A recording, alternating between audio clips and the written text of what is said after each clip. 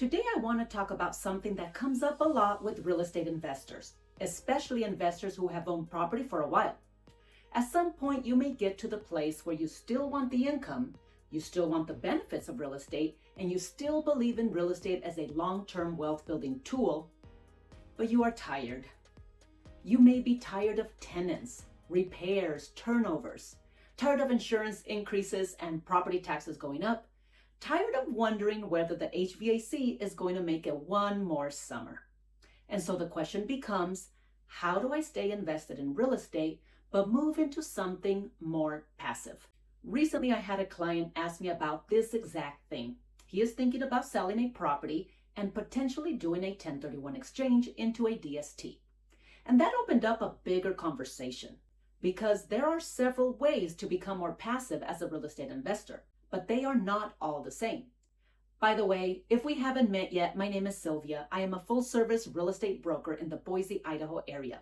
I specialize in helping real estate investors build income, create options, and move closer to financial freedom, whether that means growing a rental portfolio, managing property more strategically, or making smart decisions when it's time to sell. If that sounds like you, welcome. Feel free to reach out with questions and be sure to check out my other videos where I cover real estate investing, property management, and local and national changes that can affect how your investment performs. One of the reasons I wanted to make this video is because many investors eventually reach a point where they start asking a different set of questions. Instead of focusing on how to acquire more properties, they begin thinking about how to simplify what they already own while still keeping the benefits of real estate investing. And that brings us to today's topic. I want to compare three options: syndications, DSTs, and REITs. All three can give you real estate exposure, and all three can be more passive than owning rentals directly. But they solve very different problems. And this is the part I really want you to understand. Just because something is passive does not mean it is the same strategy. A DST is very different from a syndication. A syndication is very different from a REIT. And choosing the wrong one can create a very different outcome than what you thought you were signing up for. To make this concrete, let's say you have a rental property worth $600,000, and after depreciation, your taxable gain is around $200,000. That is a significant tax bill sitting there when you sell. How you handle that moment and which of these three tools you reach for could mean a difference of tens of thousands of dollars in your pocket or tied up for years in the wrong structure. So let's walk through each one. First, let's talk about syndications. A real estate syndication is where a group of investors pool their money together to buy a larger real estate asset. An apartment complex, self-storage facility, mobile home park, industrial property, or some other type of commercial real estate. Usually there is a sponsor or operator who finds the deal, puts the financing together, manages the business plan, and operates the property. As the investor, you are typically coming in as a limited partner. That means you are not managing tenants, handling repairs, or making daily decisions. You are mostly passive. So from a lifestyle standpoint, syndications can be very appealing.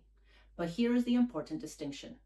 A syndication is not usually a 1031 exchange solution. In most cases, when you invest in a syndication, you are buying an interest in an LLC or partnership, and that is not treated as direct real estate ownership under IRS rules for a standard 1031 exchange. There is an exception worth knowing about. Some deals are structured as tenant in common arrangements, specifically so investors can use them as 1031 replacement property. Those exist, but they are less common and come with their own trade-offs. For most syndications you will encounter, a 1031 exchange is not part of the picture. So if someone is selling a rental property and wants to defer taxes, most syndications are not going to solve that problem. That does not mean syndications are bad, it just means they are solving a different problem. Syndications are usually more of a growth and income strategy. You are investing with an operator who has a business plan.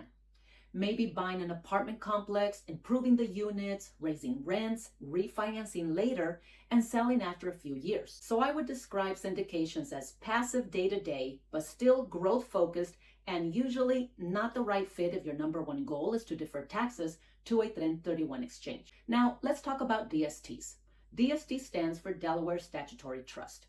This is the option my client was asking about, and honestly, the one that comes up in most conversations about moving away from active management. A DST is a structure where investors own a fractional interest in a trust that owns the real estate. Apartments, medical office buildings, industrial buildings, retail, senior housing, and other institutional type properties. The reason DSTs are so popular in 1031 conversations is because they can qualify as a replacement property in a 1031 exchange. So going back to that example, if you are selling a property with $200,000 in taxable gains, a DST may allow you to defer those capital gains and depreciation recapture while moving into something completely hands-off. No tenant calls, no contractors, no leasing, no late night plumbing calls. It is about as passive as real estate gets. And timing matters too. In a 1031 exchange, you generally have 45 days to identify replacement property and 180 days to close. That can create a lot of pressure. A DST can be a cleaner, faster replacement option because it is already packaged and ready for investors. When you are racing that 45-day clock, that matters. So DSTs can solve a very specific problem. I want to defer taxes, but I do not want to buy and manage another property. That is where they can make a lot of sense. But there are trade-offs, and this is where I would tell people to slow down. With a DST, you are giving up control. You do not get to decide when to refinance, when to sell, or how to manage the property. You cannot improve it yourself and force appreciation. You are simply along for the ride. DSTs are also illiquid. Your money may be tied up for several years, often in the 5 to 10 year range, and fees can be significant, sometimes buried in the offering documents. You need to understand how the sponsor, broker-dealer, and other parties are being compensated before you commit. On the return side, DSTs are typically more defensive and income-oriented. Steady distributions, but usually not the same growth potential as a value-add property or a strong syndication. So they are passive, tax deferral focused, and defensive. And here's the big point I really want to land. Sometimes people choose the DST because they do not want to pay the tax. But that means they are solving a tax problem, and that may or may not be the same as making the best long-term wealth decision. Those are two different things, and it is worth being honest with yourself about which one you are doing. Now, let's talk about REITs. A REIT is a real estate investment trust. And this is probably the easiest one to understand because REITs trade more like stocks. When you buy shares of a publicly traded REIT, you are buying into a company that owns or finances real estate, apartments, office buildings, industrial properties, cell towers, data centers, storage, medical buildings, and more. The biggest advantage is liquidity. You can buy and sell easily in a brokerage account, invest a small amount, diversify quickly, and you do not have to be an accredited investor. You are not locked into one deal for years, and you never have to review a private placement memorandum. Completely passive, very flexible. But here's the catch. REITs do not work as 1031 replacement property. REIT shares are securities, not direct real estate ownership, so they do not qualify for a standard 1031 exchange. Going back to our example, that $200,000 gain gets taxed before a single dollar goes into a REIT. Now, that can still be a good decision, but it is a different decision. You are choosing liquidity and flexibility over tax deferral. And REITs come with market volatility. Even though they are connected to real estate, publicly traded REITs move up and down with the stock market. Your account value can fluctuate daily, which is very different emotionally from owning a rental where you are not watching the value change every morning when you log in. So passive, flexible, and liquid, but usually not the right tool if your main goal is completing a 1031 exchange. So the question is not which one is best.